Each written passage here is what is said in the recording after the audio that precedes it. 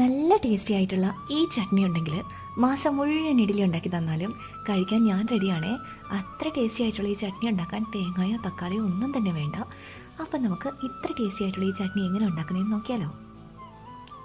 കണ്ടില്ലേ, കണ്ടു കഴിഞ്ഞാൽ തേങ്ങാ ചട്നി അന്നേ തോന്നുള്ളൂ, പക്ഷേ ഇതിലേക്ക് ഒരു തുള്ളി തേങ്ങ ചേർത്തിട്ടില്ല കേട്ടോ. അപ്പോൾ ആദ്യമായിട്ടൊരു പാൻ അടുപ്പത്ത് വെച്ച് അതിലേക്ക് ആവശ്യത്തിനുള്ള വെളിച്ചെണ്ണ ഒഴിച്ചു കൊടുക്കുക. അതിലേക്ക് ഒരു സവാള എങ്ങനെയെങ്കിലും അരിഞ്ഞിട്ട് അതിലേക്ക് ഇട്ട് കൊടുക്കുക. അതിന് കൂടുതൽ എരിവിന് നമുക്ക് വേണ്ട പച്ചമുളകോ വറ്റൽമുളകോ ഏതെങ്കിലും, ഞാനിവിടെ 2 പച്ചമുളകാണ് ചേർക്കുന്നത് കേട്ടോ. അതിൻ്റെ കൂട്ടത്തിൽ ഒരു 4 അല്ലി വെളുത്തുള്ളിയും കൂടി ചേർത്ത് കൊടുക്കാം. ഇതെല്ലാം ജസ്റ്റ് ഒന്ന് വാടുന്നവരെ ഒന്ന് ഇളക്കി കൊടുക്കുക.